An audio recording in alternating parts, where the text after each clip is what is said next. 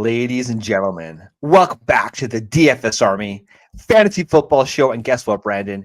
It's kind of real football, but guess what? We got some official preseason football going on right now.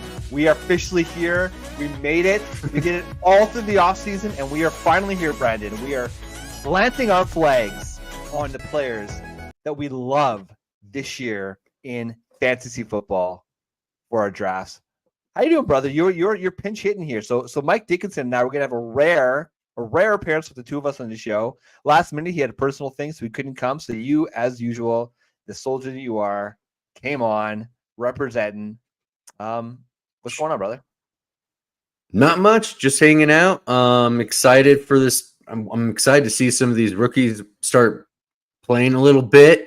We're gonna see Caleb Williams this weekend. It sounds like we're gonna see all the big boys, and I'm excited to see that to happen. And yeah, the Bears, I'm so in on the Bears after watching Hard Knocks. It's insane. So the Bears are real. The Bears are real. The Bears.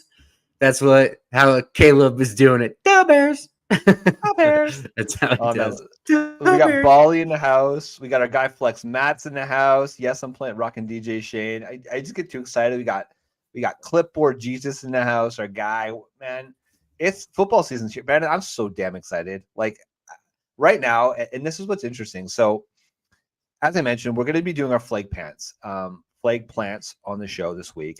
But one of the things I want to mention to people is that ADPs are a real thing, right? Like, so typically, like for those of you who are using our draft kit over at DFS Army, whether you're using it for the underdog or just starting to look at it, I always like to compare it to the underdog ADPs, just so you have a grasp of how I value a player relative to the market. And I understand, Brandon, I get it, people. The best ball streets are different than the redraft streets. I get it, okay? This isn't my first rodeo. The reason I look at it, and trust me, I am looking at the different, quote, expert consensus rankings for players when I'm building my draft boards as well as a comparison, because you don't want to be too away from the market, right? Because there's definitely wisdom in the crowd, Brandon. But I like the fact that there are literally thousands of drafts in the book for underdog. And you look at some of these other major sites like the NFFC, they got like 300 in the books, right? So yes, decent sample size, but ultimately I like to have a wide net when I'm understanding these player takes. So we are going to talk about players we love. Okay. Now, a lot of the times, Brandon, these are players that we love either at ADP or we feel like they're undervalued versus ADP. But, spoiler alert, if I'm talking about a player like Deontay Johnson, which I'm going to talk about a little bit later, I love him at his ADP. I think he's a great value. I'm not saying go draft Deontay Johnson 3 rounds above his ADP, okay? So we're going to talk about players that we love, and this is for any of your content that you guys consume out there. Listen, we hope that we're your number one, but we get it. There's other people out there. You like to, again, cast a wide net. So I just want to preface it by saying, people, use caution, and at the end of the day, it's your drafts. So if you love a player, if you have a flag plant player, but you don't have a microphone to talk about, it doesn't mean you're wrong. Exactly. Stand by your takes, have conviction, and frankly, if you're playing against stuff in any of our leagues, I hope you fail. But that's okay. That's all right, Brandon. That's all right. I hope you fail miserably. I hope you fail miserably. Exactly. So I think we got to do it. We got to get into our flag plants here. He's my best friend. He's my pal. He's my homeboy, my rotten soldier. He's my sweet cheese, my good time boy. Oh, yes. Oh, yes. Oh, yes. Oh, yes. So, Brandon, I'm going to throw it to you first here. I'm curious if you're going to just keep playing the hits or if you're going to go deep. And so we're not going to start by this part of the draft, that part of the draft. I'll throw it to you. Give me a player that you want to talk about that you love drafting and you're getting a lot of shares of in your draft so far. I am getting one of my major flag plants of the year is found at the end of round 7, maybe at the turn into 8. And his name is Jake Ferguson. Ferguson, the tight end out of Dallas. The number 2 option out of Dallas is going to be the most overlooked tight end.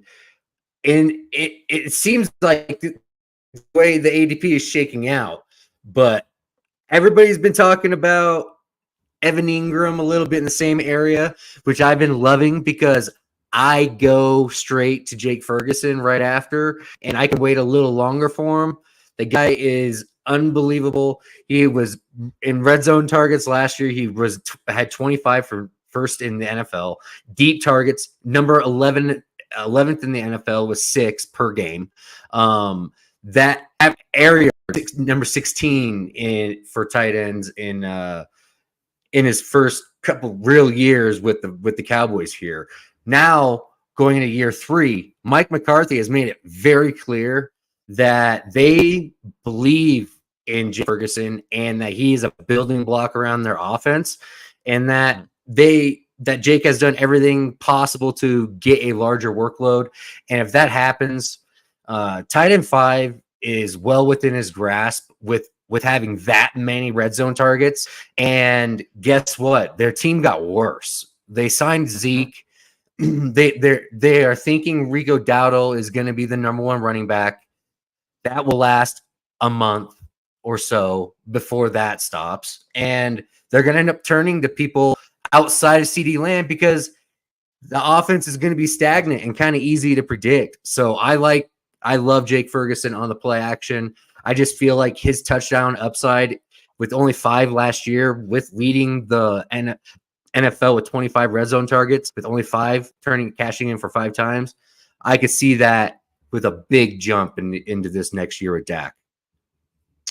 What I like too is that like Dak Prescott, he was passing almost 35 times a game. And to your point, like the team got worse. It didn't improve. Yep. So somebody's got to be catching those balls. And the thing about Jake Ferguson, again, he's not sexy, but we don't care about sex appeal, Brandon, in fantasy football. We just care about winning championships.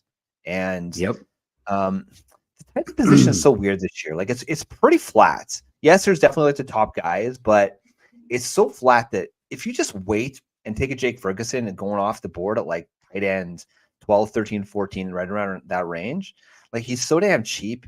You can build up your arsenal in the other positions. And if you want to take swings at like, say you want to go high end at, wide receiver, running back, you get Dak late, you get Jake Ferguson late, and you got like a nice easy stack, and they're going to get a ton of volume. And volume really is king in fantasy football. So I love that take. It just seems like such a safe play. And I typically, it's easy upside to bet on. Upside to bet on, right? And like what you just said, it allows you to build in a different way because you don't got to worry about taking a top 5 tight end. You're getting them at bargain prices, and you're getting the same amount of opportunities at the red zone targets as anybody else in the NFL. Kelsey, it was Fergie number 1, and I still think his role is going to grow even more, and he's just getting better. But yeah, I'm excited about Ferg. Yeah, I mean, so by comparison, I mean, the big outlier for Sam Laporta, who is going off the board, is pretty much the de facto tight end 1 this year. It's the touchdowns. And yes, I understand that, Sam Laporta as a rookie, what he did was very special, but touchdowns are a relatively fluky stat. So if Jake Ferguson, flukes his way into 10 touchdowns, we wouldn't be surprised just because of the volume. Like you really wouldn't be surprised.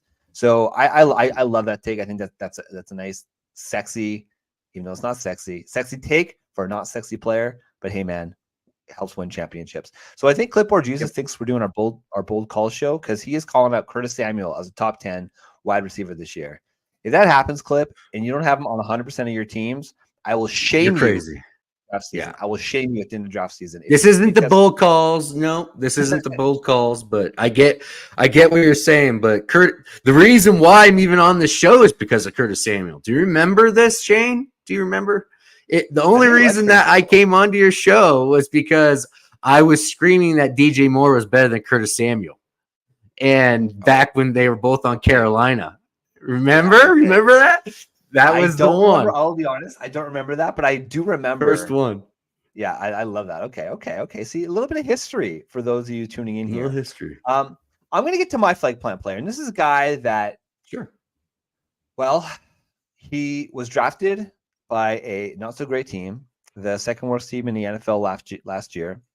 Dysfunctional organization has got new leadership, but I am absolutely enamored with Jaden Daniels this year of the Washington Mhm. Commandos.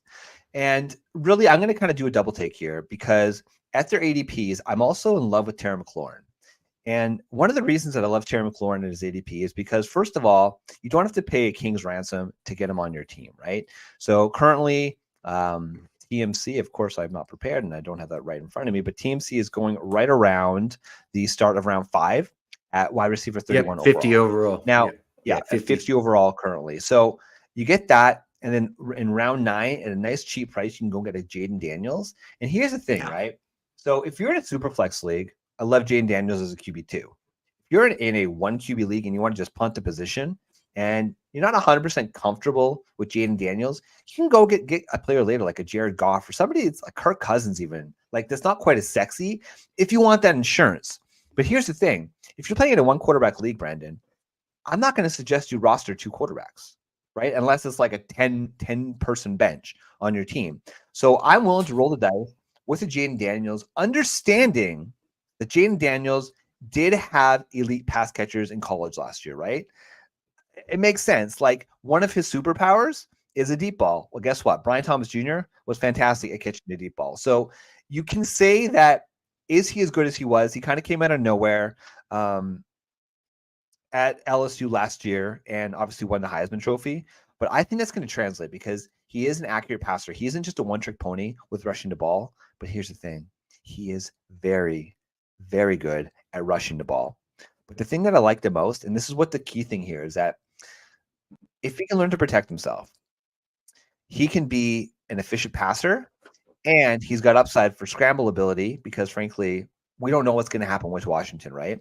But if Austin there's no field for that quick top half and it's going to be Brian Robinson behind him, can I see Jaden Daniels scrambling for a good, I don't know, 60, 70 yards a game, like literally a game, because Washington doesn't have a lot in the passing department. So you look at Terry McLaurin, okay, great. I don't mind Brian Robinson and Austin Eckler as a backfield, but then you got Jahan Dotson, they got the rookie Luke McCaffrey, who we like Luke McCaffrey. They got Ben Sinnott, we like. Going to disappoint, by the way, if you're drafting Ben Sinnott as a difference maker tight end, Zach Ertz is going to break your heart, and ladies and gentlemen. But again, it's consolidated target share between Terry McLaurin, Jaden Daniels. It's such a sweet spot because when you're drafting Jaden Daniels at pick 105 overall, like it's not even a huge investment. So it's a cheap investment. Again, a cheap code to fantasy points. And I just think he's so underpriced right now because people are just worried.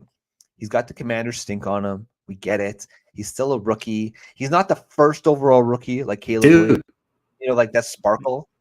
And he's just kind of been forgotten. I haven't heard a lot of talk about him in draft season this year. I love Jaden Daniels at his ADP right now. He's right. My 4 horsemen that I've been using for all my drafts for quarterback is Anthony Richardson, Jaden Daniels, Kyler Murray, and Caleb. Those are the 4 I've been using in and then I've been using a little. Well, I'll say I've had a couple Dak stacks because I had CD Lamb, so I ended up having to do it. But that's my favorite. My favorite setup is literally getting A Rich and then getting Jaden Daniels as his backup in best balls. And I'm like, it's just like, it's perfect. Jaden Daniels Kyler Murray was a top 5 quarterback out of the box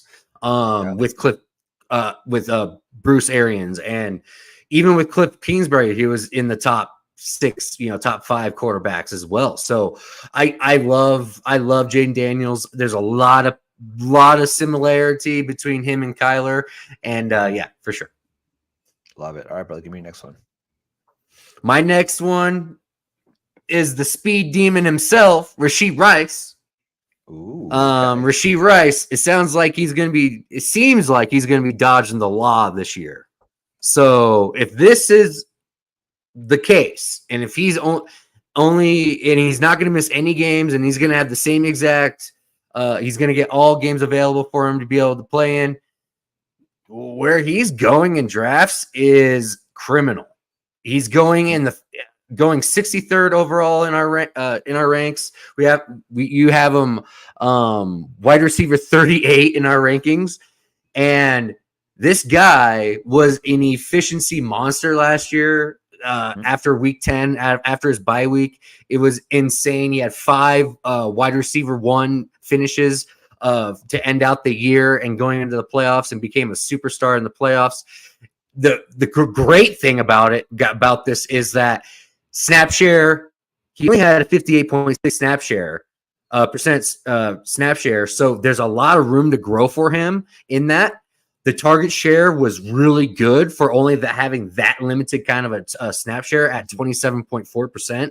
So that means he really was starting to get trusted. This guy was a complete yards per route run freak, top 10 in the league, 2.52 yards per route run. That, if we extrapolate that kind of stuff out for a whole season, if there was no issues, you would be seeing him going in round 3. 100%. Yeah, absolutely. You'd be seeing him going in round 3, 1000%, and you'd be excited to get him. But we're getting a 3-round discount still for this, and he still drops further. People are really high on Worthy. People are really high on Hollywood Brown, but I feel like those guys are great assets for real NFL versus fantasy football. What I target, I want the guy that's going to be getting first down, chain moving kind of routes.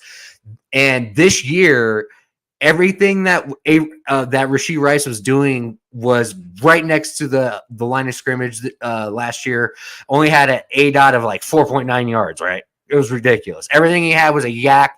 Was to create yak because he was a yak god last year.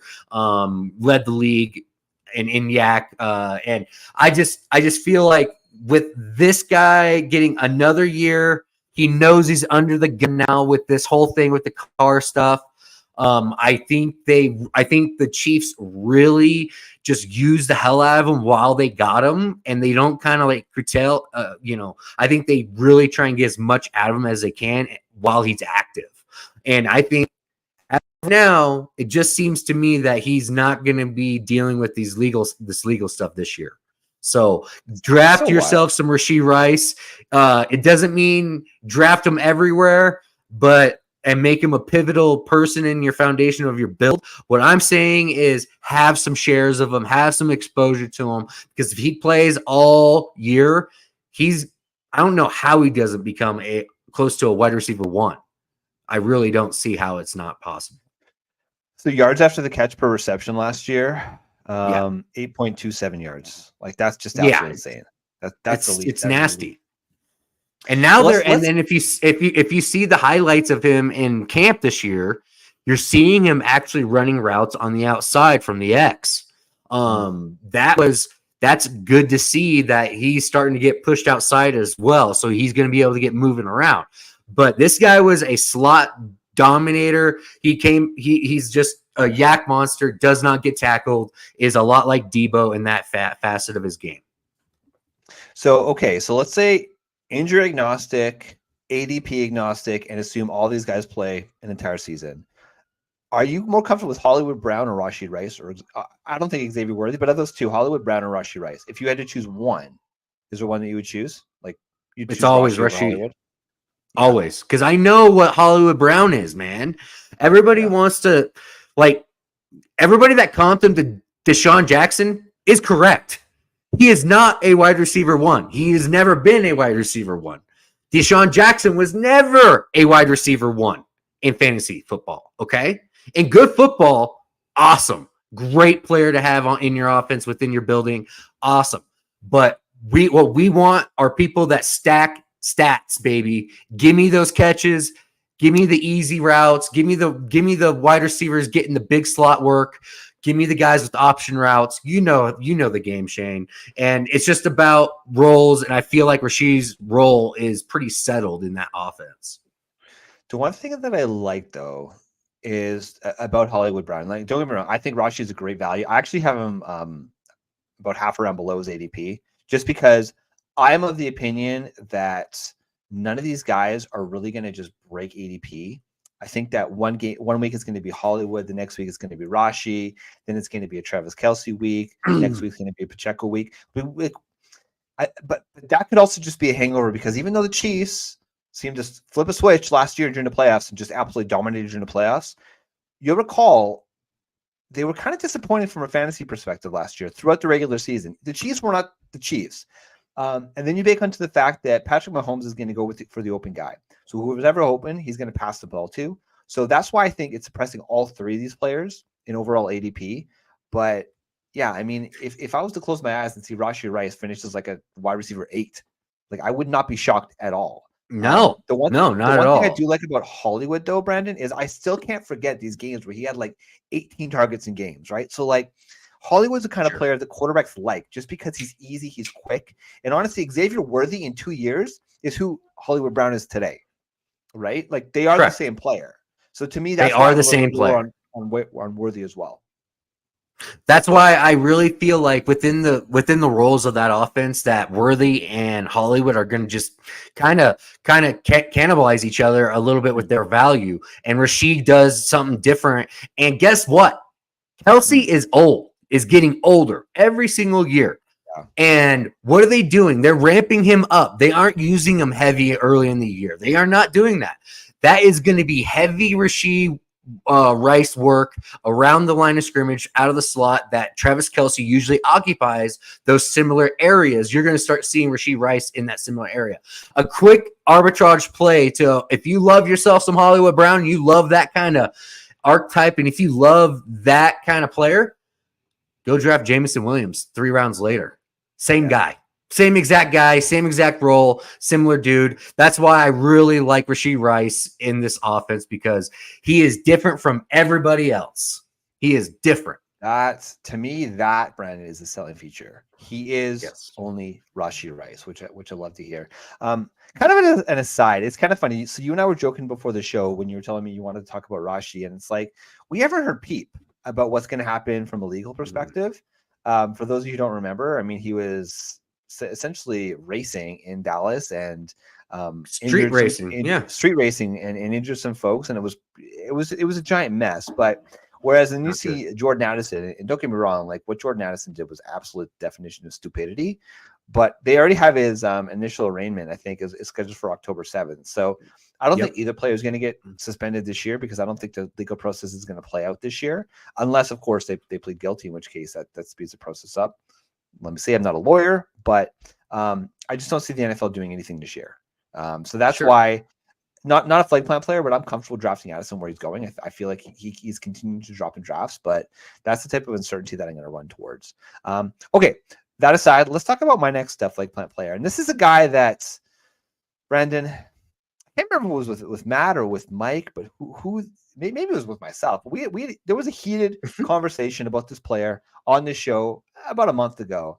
And that's George Kittle at the tight end position. Now, I love, Brandon, I love your take for Jake Ferguson. I'm probably going to have more Jake Ferguson than I will George Kittle, just because, again, when it comes to the tight end position, I'm generally cheap. But when you look at the landscape of the tight end position, you want the guys that are going to be the most inclined to get touchdowns. Okay, so if you decide you don't want to pay up in rounds 4 or 5 for one of these, call it, quote, elite level tight ends, I love the prospect of George Kittle. He's going currently as tight end 7. That's right where I have him ranked. I have him going right at his ADP. But if he's sitting there, and it's an easy pick in round 6, because, I mean, we just talked about it. Like, guys that are going around him in round 6 here, you've got guys like Joe Mixon, Christian Watson, question mark, Alvin Kamara, we like. Rashee Rice is going right around him. So, like, the types of players, Ken Walker, so if you want to go running back, I'd probably go Ken Walker there.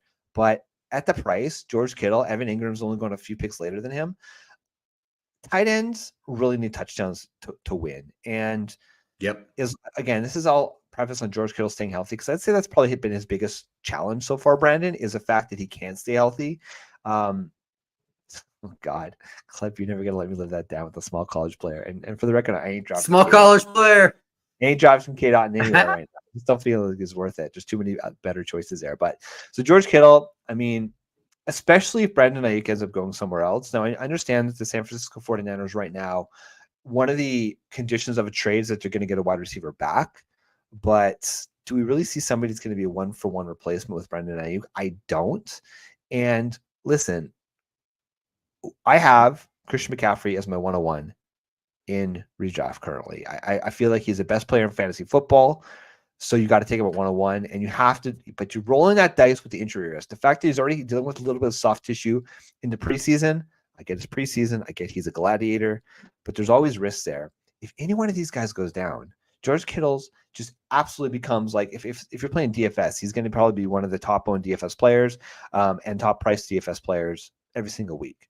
So to me, that says the upside for George Kittle is immense. The price is relatively cheap, and he's done it before. And that's a big thing for me too, Brandon. Like, has the guy done it before? Sure. And is he still relatively young? So I like George Kittle at tight end position. That's a player I'm probably going to get quite a bit. If I'm in auction leagues, which a bunch of my leagues are auction leagues, those are the leagues where I'm probably going to have a fair share of George Kittle, because I feel like he's still kind of undervalued in the market, and people are like, whatever, just take him. And I'm like, okay, Sure. let's go. He's on my team. I get it, dude. So it's kind of hard to have this show with the flag plant, because when Ayuk gets traded, it's a big impact across a couple teams, right? So with Ayuk out of the picture, let's just say he does go to Steelers and he is a Steeler, right? You know who's going to be jumping in my ranks significantly? It's going to be Debo motherfucking Samuel, dude.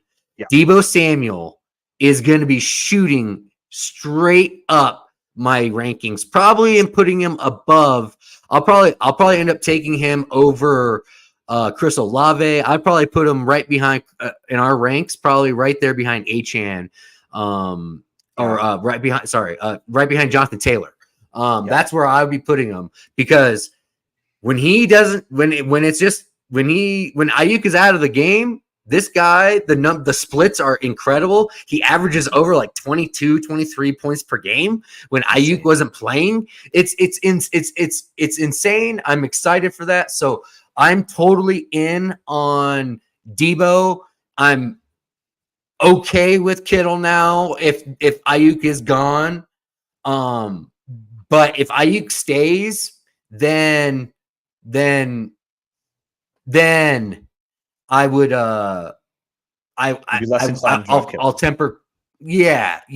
And then Pickens is dead. Pickens is straight up dead if Ayuk is a Steeler. I don't see what the way Pickens was going to make it to be a wide receiver one was going to have. He was going to have 150 targets, right? That was the way he was going to have to do it. I don't think he's going to get that if Ayuk is there. So that's an interesting deal. But Debo Samuel, dude, he's going way up in my rankings, and I've been in some underdog drafts last night in some bigger tournament play, and I saw him going. He went at 17.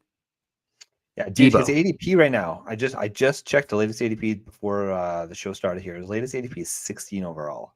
So preface that by saying, like, a week ago, 2 weeks ago, he was going almost at the end of the second round.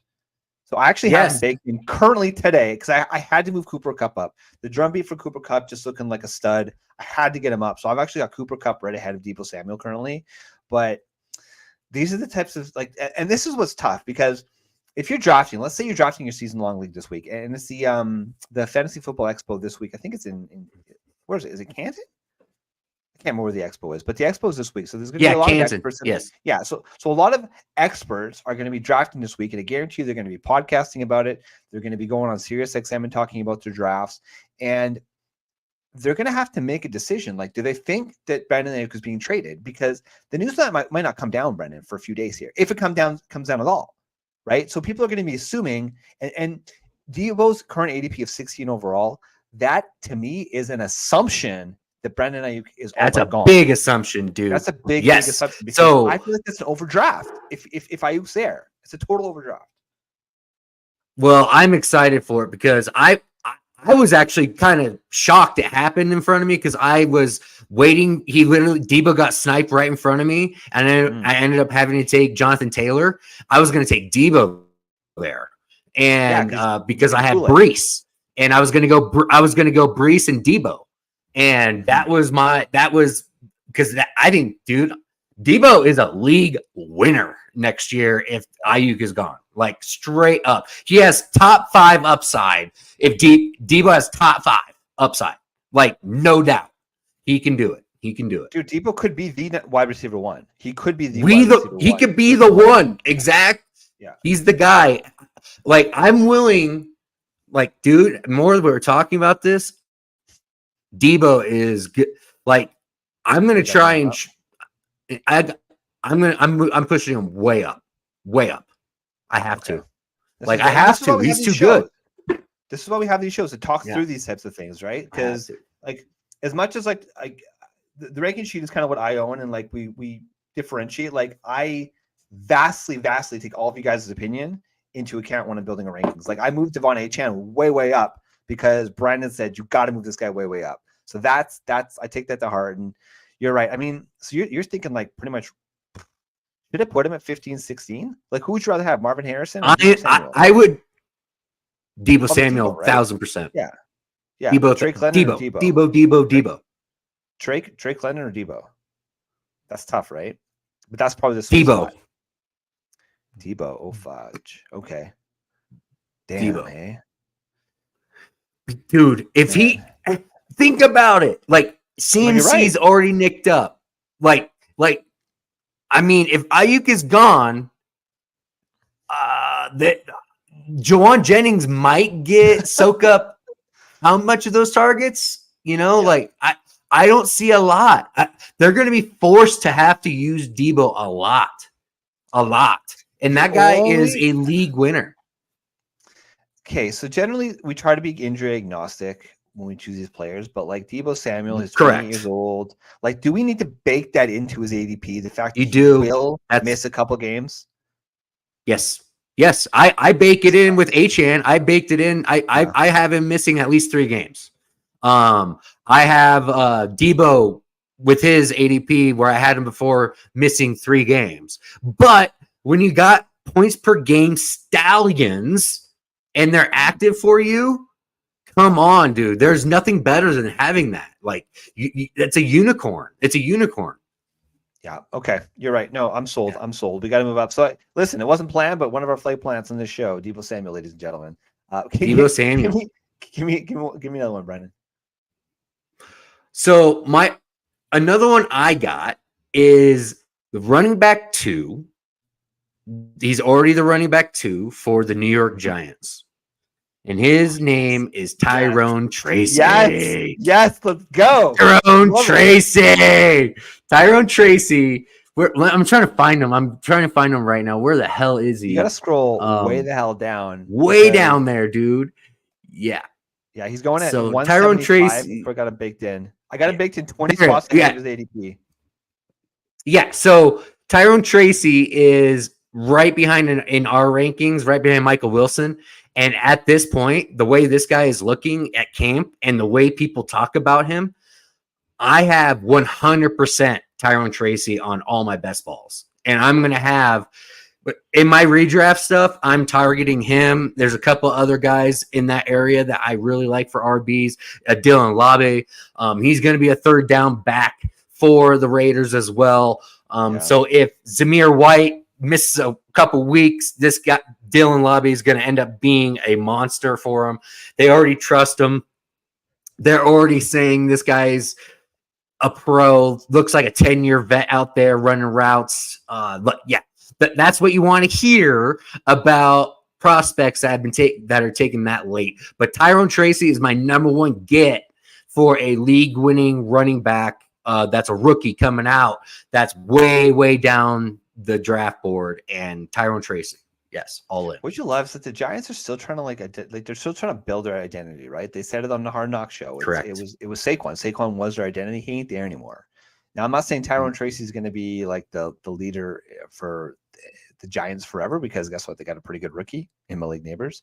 But where I got him baked in about a round and a half ahead of his ADP. I got 18 spots ahead of his ADP, right around round 15 currently. So one of the things I think I need to put together, Brandon, is because the way that I built the draft kits currently is that it's 20 rounds deep, because that's what a lot of our best ball leagues are 20 rounds deep. Correct. But in regular redraft, it's typically what? You're drafting 13, 14 skill players plus your defense and kicker, like if you play that sort of game. So I need to build it so that we have our, okay, depending on what your rounds are, these are guys you want to have on your team at the end of your bench. Typically, it's running backs. It's running backs with upside. It's your Tyron Tracy's. It's your Dylan Labby's or Audric Estime. Or the guy that I'm flag planting, Blake Corum, man. He's getting a lot of buzz. There's a lot of discussion currently that Blake Corum is going to eat into Kyron Williams' workload this year. There's going to be plenty of work. Like, there's going to be so much work. I just listen, Blake Corum. You might be thinking if you're drafting this player, he's going to be a backup quarterback or a backup running back. I think he might have standalone value as a flex play, right? Especially as bye weeks come. And the fact is, Blake Corum is one of these teachers' pets, coaches' pets, right? And that's what you love to see. It's the same Devin Singletary narrative, right? It's the Brian Robinson narrative. These guys who are like, okay, you're fine, but how the hell you keep getting work and you get so many touches in the game? Because coaches love you, coaches trust you. That's the type of player that Blake Corum is going to be, and he's going to be a great compliment to Kyron Williams. He will, I believe, maybe not week 1 or 2, but as the season goes on, he will have standalone value. Get him on your bench. Maybe you have to play him in a bye week here or there, but ultimately a player like that guy's the kind of guy that if you decide to fade running back, go heavy, say you want to go and get a premium tight end position or a premium quarterback, get a guy like Blake Corum on your bench, get that lottery ticket, baby, and he could definitively help win your league. That's what it's about. Like league winning stuff. Like Puka Nacua was waiver wire ad. Yes, like people people like me that didn't spend 80% of their fab on Puka. The same way. All were idiots. Yeah, I'm actually upset at myself on how I handled the whole Puka situation last year by not believing not believing my eyes and listening to the damn coaches talk about Puka. If you go back and listen to some of the stuff that they were saying about this kid, like Puka was, they knew what they had. So that's what I really like about it. But Javon Baker's another guy that I'm swinging deep for, way at the end of the drafts, wherever he lands. Javon Baker is another guy I like for that reason. I loved his archetype coming out. He's an X wide receiver that's wild, that makes every catch, that has more confidence than anybody in the league.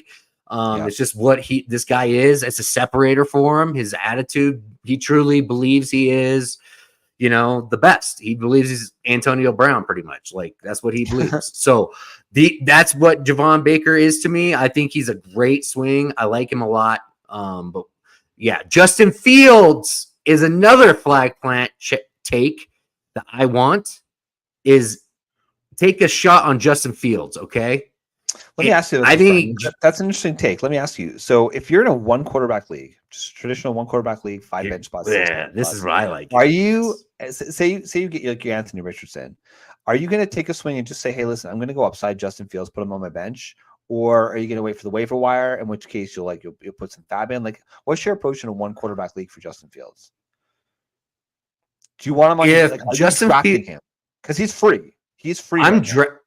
I am drafting him almost in every draft I've had in the last 2 weeks.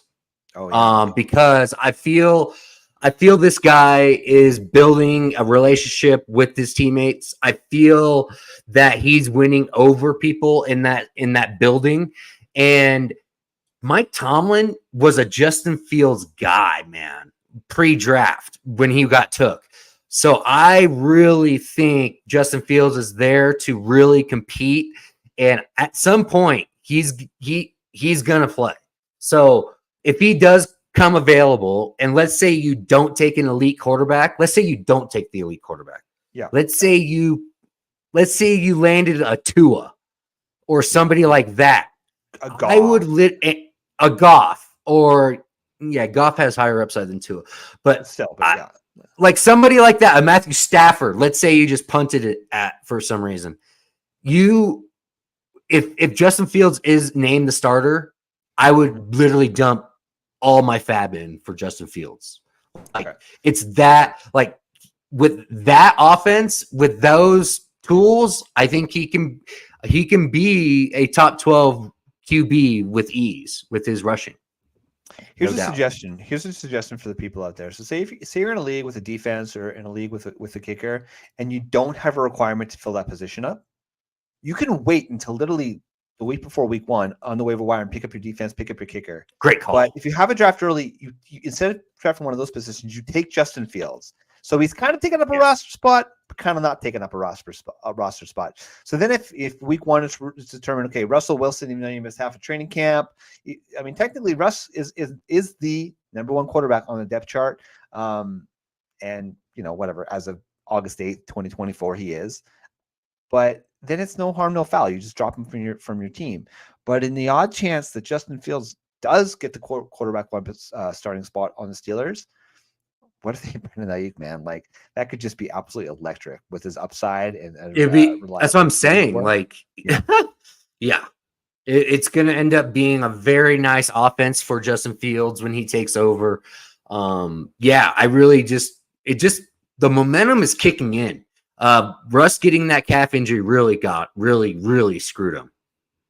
Oh, it really did. I mean, and here's the thing, right? If you're a Steelers fan or you're on the Steelers staff, like, bottom of your heart, who do you want to succeed? Do you want the older dude to succeed or the guy who's a decade younger in Justin Fields to succeed? You want Fields. You want the future of your franchise with a player like Justin Fields. God damn it, Brandon, you're convincing me on all these different things. Yeah. This is why we're here, man. Okay, I got one more flag plant player that I want to get onto the Etherverse. And sure. He's at the start of the show, but it's Deontay Johnson, okay, of the Carolina Panthers. Now, ultimately, do I think the Panthers are going to be very good? Not really. I mean, listen, they're still the Carolina Panthers. Do I have a ton of confidence in Bryce Young? Not really. But Deontay Johnson is so damn cheap. He's going around 7. Sometimes you get him around 8. This guy's going to get 8 to 12 targets a game. 8 to 12 targets a game. That late in your draft, after like ADP 100, your top 100, like, that's very, very hard to find. And the thing is that as much as Deontay might have been a bit of a diva, whatever, the guy demands targets. He demands targets. He has a talent of getting open. And if you're a young Bryce Young and you're still trying to get your feet in the NFL, that's the type of player you want on your team. So I think that, listen, if Deontay Johnson gets 6, 7, 8 touchdowns this year, I think that'll be a success. But legitimately, he can have 120 receptions. And that alone in a PPR league is absolutely not a gold where you have to draft him. Like, you're drafting him not even as your wide receiver 3, Brandon. You're drafting him as your first flex play. To me, it's so tantalizing, the potential. And let's just pretend. What if Carolina's better than we think you're going to be? What if Bryce Young does take a step forward as a passer, right? Like, he was drafted as a 101 overall last year in the NFL draft for a reason. So what if it actually does pan out? That's not a complete bust. To me, it's worth the gamble. Deontay Johnson, even as your wide receiver 3, again, say you wanted to go with some other positions, like, I love that as my wide receiver 3. You get a guy like Amari Cooper, Deontay Johnson as your 3 and 4. Like, then you're coming to a knife fight with a what do you Americans like to talk about? Like a Magnum 44 or whatever? I don't know. I'm clearly Canadian and don't know my guns, but a big ass gun to a knife fight. Fucking Canadians. Holy shit. Hey, man. Peace on earth. Peace on earth. Oh, Canada, baby. Yeah, so I love Deontay. I love going with ADP, man. I got him baked into our draft sheet a little ahead of ADP because he's a type of player, man. You do. Whether you have depth of wide receiver or you punt to the wide receiver position a little bit, he's a solid addition to your team. All right, totally fine with that. I get it. I'm just gonna talk about really a couple guys that I've spoken about a lot. Yeah. So I kind of just want to throw it back out there a little bit. One person in the best round 2 pick is Devon Achane. It really is. Devon Achane, it has the highest value that could give you highest outcome from that draft position. He is just an incredible electric talent. He was number 1 in the NFL for fantasy points per opportunity at scoring 1.36 fantasy points per op. Was total only 9 touchdowns with literally almost less than a 40% snap share. That is insanity. That was 11 TDs was good for 9th in the NFL. I think that continues. He's a finisher. This is what this guy does. Fantasy points per game 17.3, 5th in the NFL. He's just that guy, man. He really is. He yards per touch, 7.7 yards per touch, number 1 in the league. True yards per carry, 6.6, number 2 in the league. Juke rate, number 3 in the league at 27.7%. It's just breakaway run rate, number 1 at 12.6%. This is what this guy is, okay? And let's just hope and pray that we get 15 games out of him. That would be awesome if we got 15 games out of him. If you get 15 games out of him, he is no doubter, top 5, top 4 RB. That's one that I'm going with. And then, of course, Anthony Richardson. I have him coming in at, I think he's going to end up being top 2 quarterback in the NFL this year. I really, really, really believe he's going to light the NFL on fire. And then the third guy I really like connection with A-Rich is Michael Pittman for his stacks. Those are the 3. Beautiful. No, I was going to make sure you mentioned Michael Pittman because when you look at it's not the highest ranked player relative to ADP, but it's the highest ranked early round player, which is the most impactful players relative to ADP. That's Michael Pittman. I feel like he's mispriced. I understand there's a little bit of risk here because last year he had Gardner Minshew throwing in the ball. This year it's Anthony Richardson, maybe not quite as polished as a passer. We're projecting a little bit there. Yeah. But listen, the guy broke out last year. He showed what he did. I don't think you're going to put that guy away. You want to have Michael Pittman on the field. You want to get the ball in his hands. Everything we talked about with Rashee Rice, like Michael Pittman can be, right? He could be a yard after the catch monster. He could be just a short area PPR monster. Like he can do it all. He's a complete wide receiver. He should. I don't. For the life of me, Brandon, I don't understand why he's not going around 3 or why he's going around 3. He should be around 2 wide receiver. It's insane. Jalen Waddle. Yeah. So I love it's actually really funny. Mike Dickinson had it correct. Shane Steichen is building the Eagles, right? AJ Brown is Michael Pittman. Yes. Everybody. Yes. Michael Pittman has the same responsibilities as an AJ Brown within that offense. Do with that information as you wish. Yeah, exactly. So a few others. Listen, I'm contractually obligated on every year because I've barely talked about this player all year, right? Because it's like clockwork at this point. But listen, if you've got Jalen Hurts on your team, I'm loving Jalen Hurts. I understand there was some dysfunction last year. Talking about Nick Sirianni, like apparently there was some. That's kind of where the division was last year, was between Sirianni and Hurts, which is strange. That's kind of the first I heard of the last few weeks. AJ Brown was pretty vocal last year about certain things. So I don't know. Let's presume the Eagles kind of get back on track because they are a # really good team. I love AJ Brown. I love Jalen Hurts. I love Devonta Smith. Like all Garrett these guys, Wilson. We'll have it on my team. Garrett Wilson is going to be a stud. And baby. I just moved him up today. In my rankings again, and I still can't catch up to ADP because the drumbeat is real. But Malik Neighbors, baby, him. I love him. He's going to be so good. He's undervalued. Get Malik Neighbors on your team at all costs. I remember when I remember when I got laughed at by saying Malik Neighbors is pretty darn close to being just as good as Marvin Harrison, and now that's coming to look pretty good. Pretty good. Listen, okay. We love both these players, but listen, they're just different style of players. Like Jamar Chase is Malik Neighbors comp. Like he is. They are the same player. And Matt even said in our chat that he thinks he could be better than Jamar Chase. So take that for what I know. Let's get the hell out of here, Brandon. I got to go watch the second half of this Patriots preseason game because it's just absolutely maniacal to do so. But ladies and gentlemen, thank you so much for being with us all off season. We got a few weeks left until we got some real fantasy football games. So go to dfsarmy.com, dfsarmy.com, get the membership, get the VIP membership. You'll get our draft kit. But more importantly, if you like making money, we already have slates and cheat sheets for the DFS preseason for the NFL. So I know you're all degenerates out there because you're watching this show, and we love you for it. Go get a VIP membership. And listen, there's other sports too. Apparently there's like baseball and Hell, they're talking about Olympics. Okay, Olympics. So all I'm saying is check it out. Check out our Discord. You might like what you find, and you're probably going to stick around. So go check it out. We are, of course, the DFS Army Fantasy Football Show. For my guy Brandon, I'm Flex Shane. Go win some leagues, baby.